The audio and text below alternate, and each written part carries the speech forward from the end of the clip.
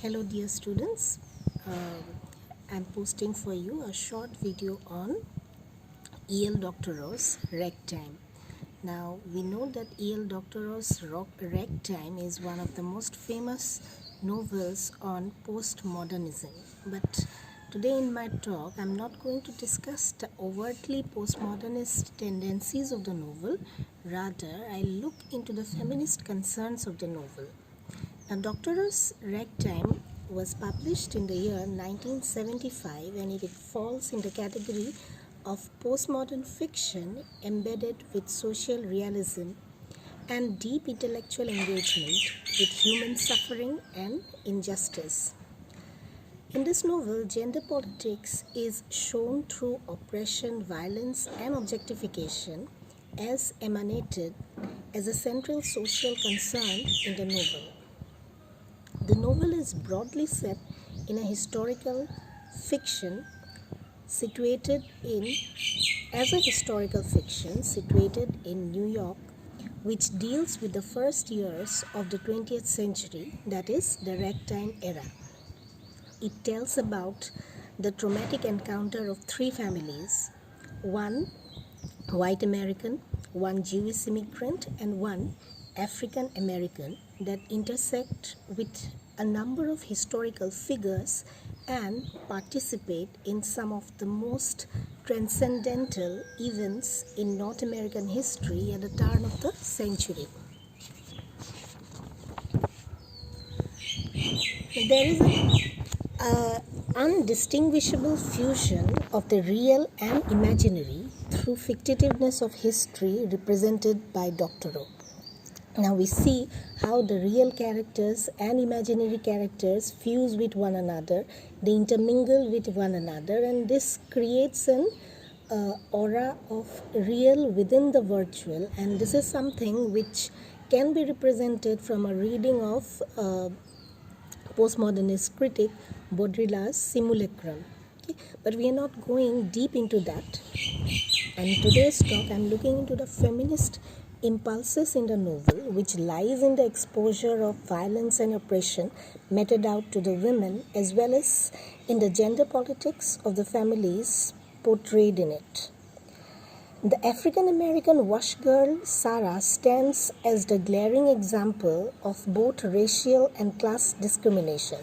First, she is deserted by her lover, later accepted, and yet she becomes a martyr to his fight against racial humiliation caused by the whites upon the economically rising blacks like Coalhouse Walker. Now, we have seen in the novel how there is a case of throwing of litter in the posh car of Coalhouse Walker, and how he plunges into a movement of dissent. And in this movement of dissent against the whites, this is Sarah who comes down as a victim, and she has to face mortality. Then there is a special bond that is shown in the novel between Sarah and the mother who patronizes her, and it is the mother in the white American family who later adopts the baby of Sarah.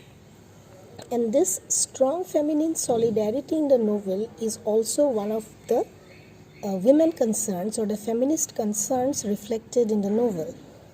The second character that faces exploitation is Mame, a Jewish immigrant from Latvia, and she faces sexual victimization at the hands of her employer. Her husband accuses her sacrifice for the family as moral degeneration and casts her away. A more complex picture of female victimization in the privileged class is represented by model and American sex goddess Evelyn Nesbit, who is again another fictionalized character in the novel. And the glaring or the blurring distinction between fiction and reality again comes out through this character of Evelyn Nesbit.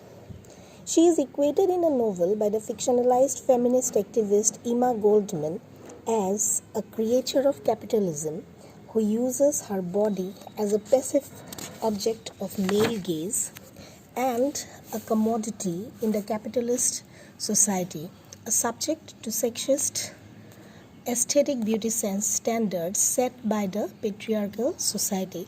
Now, last year we were all shocked by the sudden death of our favorite actress Sridevi, and when her death was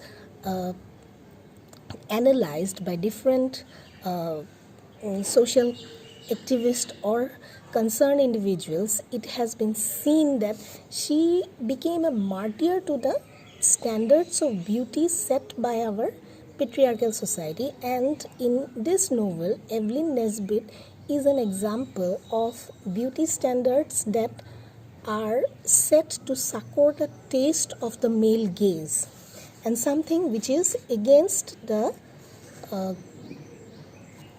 genuine issues of female liberation, or about the rights of living one's life as one wishes to be, rather than following some false or shammed standards.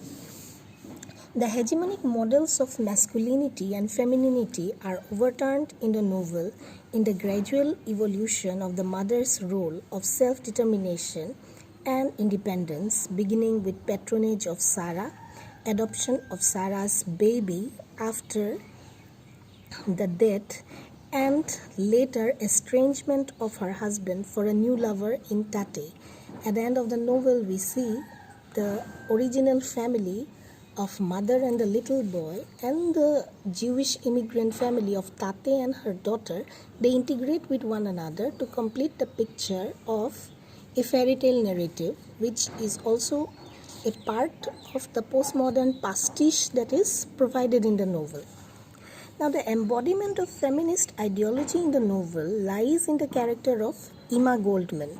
Her ideas conform to the second wave feminist ideology that posits a critique of the notion of family and calls for intellectual propensities of women, as well as support free motherhood movements. Emma's character in the novel is a balance between individual needs and political demands. So, to sum up the talk, the varied angles of postmodern and feminist concerns in the novel befits one another by rejecting objectification and polarization in the multiple layers of the social order that breeds a fragmented individual. Thank you.